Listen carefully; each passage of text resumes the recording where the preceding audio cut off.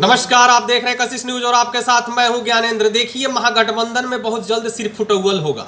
सिर्फ फुटौल भाषा समझ रहे होंगे, ये मेरी भाषा नहीं है बल्कि प्रशांत किशोर की भाषा है। उन्होंने वो दिन तारीख समय सब कुछ तय कर दिया है। बोला है कि देखते तो जाइए, बाई इलेक्शन का खत्म होने दीजिए, बाई इलेक्शन का परिणाम यानी गोपालगंज मोकामा की बात कर रहे थे। वो कह रहे थे कि आपको 6 तारीख को परिणाम आ जाने दीजिए, उसके बाद महागठबंधन में तो वो फुटबॉल होगा कि जनता देखेगी। नीतीश लालू मजबूरी का गठबंधन है। यहाँ तो दो ही दलों का गठबंधन है, दो ही दलों का टसन है।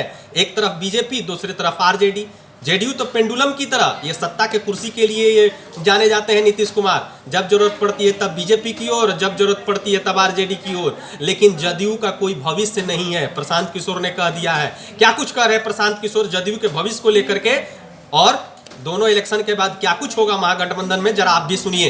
राजनीतिक भविष्य, जदयू का राजनीतिक भविष्य कोई बहुत प्रामाणिक और उज्जवल तो नहीं दिख रहा है। जो साधारण भी जिनको राजनीति की समझ है, किसी आपको रणनीतिकार होने की जरूरत नहीं है। बिहार में तो राजनीति अभी तक राजनीति के दो धुर हैं, एक और भाजपा है, एक और लालू जी है, और बीच में पेंडुलम की तरह हिलते हुए नीतीश कुमार है, कभी भाजपा के साथ और कभी आरजेडी के साथ। तो इस तरह से जो आदमी ऑसिलेट कर रहा है, एक साइड से दूसरे साइड, दूसरे साइड से पहले साइड, उसका या उसके दल का राजनीतिक भविष्य कोई लंबा तो हो नहीं सकता है। तात्कालिक तौर पर नीतीश कुमार जी मुख्यमंत्री हैं, बने हुए हैं, क्योंकि वही उनकी प्राथमिकता है। लेकिन दल की विचारधारा की या उनके संगठन की या जमीन पर जनता के बीच में उनकी जो विश्वसनीयता है, वो तो मुझे लगता है कि अपने सबसे निचले स्तर पर है।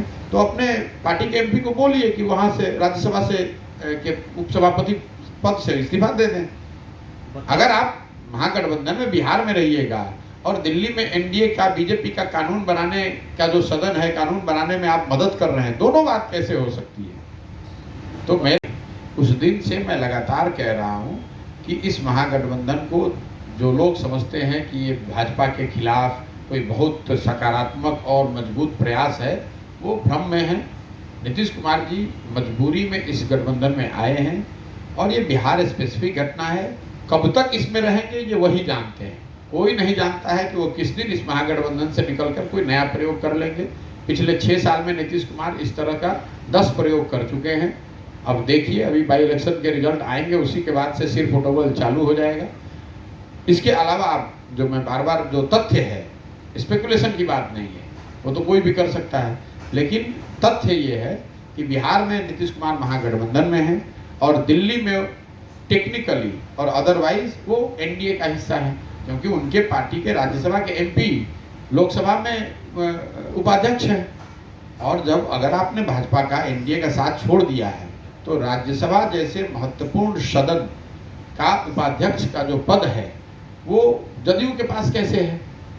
अब या तो भाजपा खुद से हटा देती, अगर इनका आपस में कुछ झगड़ा होता तो भाजपा हटा देती, और अगर भाजपा नहीं हटाती तो इन्हें स्वयं से उसका इस्तीफा, मैंने ओपनली चैलेंज किया है कि अगर आप भाजपा के साथ। तो आपने सुना, प्रशांत किशोर ने साफ तौर पर कह दिया कि बाई इलेक्शन खत्म होने के बाद जदयू का पता चल जाएगा। नीतीश कुमार पिछले 6 सालों में 10 बार इधर से उधर कर चुके हैं। आप समझ सकते हैं कि उनकी जो मजबूरी है उसके कारण से वो आरजेडी में गए हैं, लेकिन उन्होंने बीजेपी की ओर भी एक दरवाजा खोल रखा है। अगर बीजेपी की ओर दरवाजा नहीं खोल रखा है तो ये जो आपको राज्यसभा में उपसभापति हैं, कौन है? आप समझ गए होंगे किन की बातें हो रही है। जी हाँ, उन्हीं की बात, जो जदयू के सांसद हैं, उनके बारे में ये बोल रहे थे कि आखिर उनसे इस्तीफा क्यों नहीं लिया नीतीश कुमार ने, क्यों वहां पर छोड़ रखा है कि केंद्र सरकार की योजनाओं को और केंद्र सरकार की मंशा को आप राज्यसभा में बैठ करके और उसको अंजाम दीजिए, और बिहार में आप बीजेपी के खिलाफ गठबंधन किए हुए हैं। तो कहीं ना कहीं नीतीश कुमार की मंशा जो है वो बाई इलेक्शन के बाद या आने वाले समय में पता चल जाएगा। ये प्रशांत किशोर कह रहे थे। खैर, देखने वाली बात होगी कि बाई इलेक्शन का क्या रिजल्ट होता है, और ये जग जाहिर है कि नीतीश कुमार तो हर वक्त पाला बदलते ही रहते हैं। अब देखने वाली बात होगी कि बाई इलेक्शन के परिणाम के बाद फिर पाला बदलते हैं, या फिर जो समस्तीपुर के सभा में वो कह चुके हैं कि अब बहुत हो गया, अब तो इस बार अब हम लोग कहीं भी अब टसने वाले नहीं हैं, अब तेजस्वी को ही आगे बढ़ाएंगे। बने रहिए कशिश न्यूज के साथ। अगर इस वीडियो को आप यूट्यूब पर देख रहे हैं तो सब्सक्राइब कर लीजिए, अगर फेसबुक पर देख रहे हैं तो लाइक कर लीजिए।